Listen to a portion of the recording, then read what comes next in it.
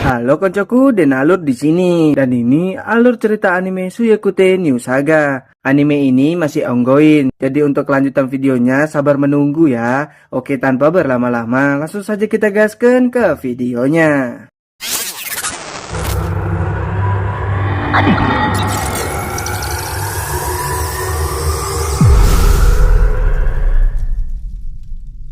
Di dunia ini semua ras humanoid seperti manusia, elf, dan kurcaci diberkati oleh para dewa cahaya. Sementara iblis yang jumlahnya sedikit diberkati kegelapan dan jauh lebih kuat dari humanoid. Dua kubu ini saling berontak selama ribuan tahun, tapi saat Raja Iblis Bijak naik tahta 300 tahun silam, situasi jadi stabil dan humanoid mulai terbiasa dengan perdamaian sementara. Tapi setelah beberapa ratus tahun kemudian perdamaian dilanggar. Di bawah Raja Iblis baru, para iblis melancarkan serangan habis-habisan melawan humanoid yang dikenal sebagai invasi besar, hingga beberapa bangsa humanoid tumbang dalam sekejap. Di saat pertempuran masih berlanjut, Kekaisaran Gargan yang memiliki kekuatan tempur terbesar mengumpulkan sejumlah orang dan masuk ke dalam kastil kerajaan Raja Iblis untuk membunuh Raja Iblis. Mereka yang memasuki kastil Raja Iblis mulai kekurangan anggota karena mereka gugur saat melawan pasukan Raja Iblis. Hingga dua orang memasuki ruangan yang berisikan sebuah kristal. Namun kristal itu dijaga oleh Raja Iblis. Dia menyerang mereka yang membuat rekan dari pria itu harus tewas. Melihat semua pada gugur, membuatnya marah dan berjuang mati-matian melawan Raja Iblis. Tapi dia sangat kesulitan karena Raja Iblis memiliki kemampuan tingkat tinggi yaitu penghancur segalanya. Hingga membuat pria itu harus menggunakan kekuatan terbesarnya. Namun dengan kekuatan itu, ia harus mengorbankan nyawanya sebagai bayaran. Walau begitu, ia sangat siap demi menyelesaikan pertarungan tanpa akhir ini.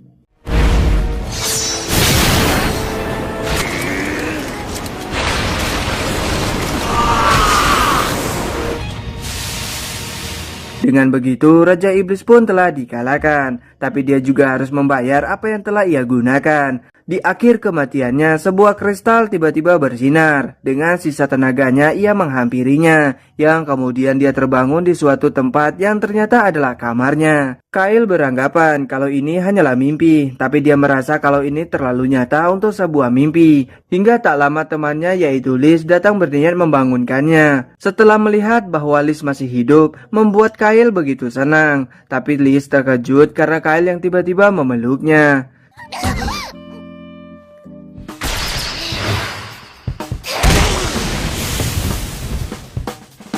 Kini Kyle kembali ke masa lalu, lebih tepatnya kembali ke 4 tahun sebelum invasi terjadi. Dia kembali dengan kristal itu yang ada padanya. Dia menduga kalau mungkin terdapat sihir untuk kembali ke masa lalu. Tapi sebelum memikirkan itu semua, dia makan dulu biar ada taiknya. Di sana juga terdapat Teron yang terkejut ketika makanan begitu banyak Kyle habiskan sendiri. Untuk mengetahui pasti tentang sihir yang dapat pergi ke masa lalu, Kyle pergi menemui seorang penyihir hebat kekaisaran yaitu ibunya. Walau melihat ibunya hidup kembali, kini tak membuat Kyle terkejut lagi. Setelah bertanya tentang sihir itu, menurut keterangan ibunya, kalau sihir untuk kembali ke masa lalu memang ada, tapi tidak ada yang bisa melakukannya, karena masalahnya adalah di kekuatan sihir. Bahkan penyihir terhebat dalam sejarah sekalipun, kalau memakai semua kekuatan sihirnya tidak bisa mengembalikan waktu walau hanya sedetik. Namun dengan bantuan alat sihir untuk menyimpan energi sihir bisa terjadi, tapi membutuhkan waktu sekitar 1 milenium tahun untuk bisa menyimpan kekuatan sihir sebanyak itu. Bahkan cara lain seperti ritual terlarang, di mana itu adalah ritual pengorbanan untuk mengubah nyawa jadi kekuatan sihir.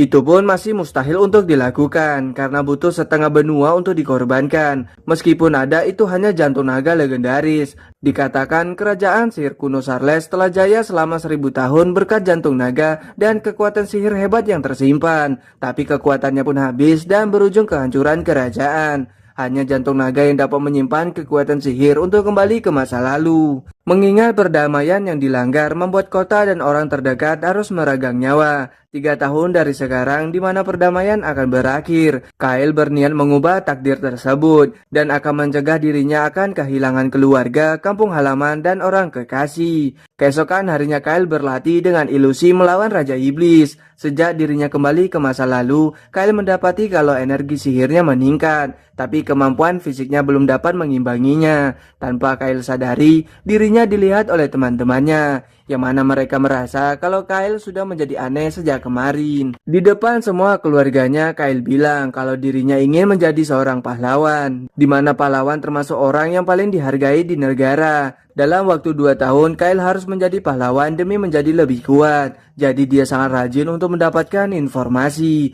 Kalau mengandalkan latihan itu belumlah cukup. Jadi dia berniat berpetualang dan meminta izin pada gurunya yaitu Layla untuk meminta membawa Teron ikut dengannya. Tapi Kyle tidak mengajak kekasihnya yaitu Liz karena dia takut terjadi sesuatu padanya. Kyle memintanya untuk menemani ibunya dan menunggu kepulangannya, tapi Liz ngotot ingin ikut. Sebelum itu, Kyle harus mencari kebutuhannya. Di pasar, Kyle bertemu dengan seorang gadis elf, yang mana di masa lalu mereka pernah saling mencintai. Tapi tiba-tiba Kyle memanggilnya dengan nama asli, yang membuat Access terkejut dan berniat membunuh Kyle. Kyle yang tidak berniat membuat keributan, dirinya membuat Access tertidur dan membawanya pulang. Setelah terbangun, Access bertanya, bagaimana Kyle bisa tahu namanya. Tentu Kyle tidak bisa mengatakannya. Di sana Access marah karena bagi bangsa elf nama asli mereka sangatlah berharga. Biasanya mereka akan membunuh jika seseorang mengetahui nama asli mereka, di mana mereka takut kalau nama mereka dijual untuk kejahatan. Untuk mencegah itu, Kyle berniat membuat kontrak dengannya.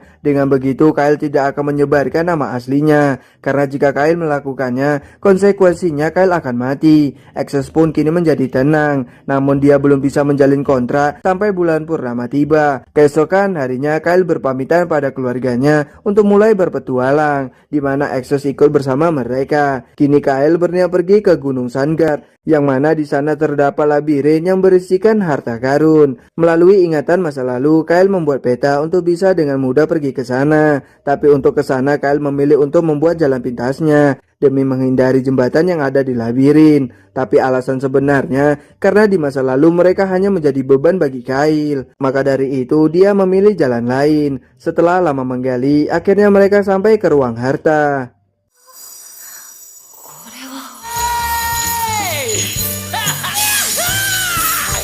Selagi mereka sibuk melihat uangnya begitu banyak, Kyle mengambil kesempatan dan diam-diam pergi ke suatu ruangan, yang mana di dalam ruangan itu terdapat sebuah pedang, di mana pedang itu Kyle gunakan dulu untuk melawan Raja Iblis. Saat memasuki ruangan itu, muncul seorang gadis, yang mana dia merupakan tiruan dari Ratu Sihir Sildonia Serles buatan Ratu, yang memerintah era keemasan kerajaan Sihir kuno. Gadis itu terkejut kenapa Kyle bisa tahu tentang dirinya serta cara mendapatkannya, yaitu dengan cara mencabut pedang itu.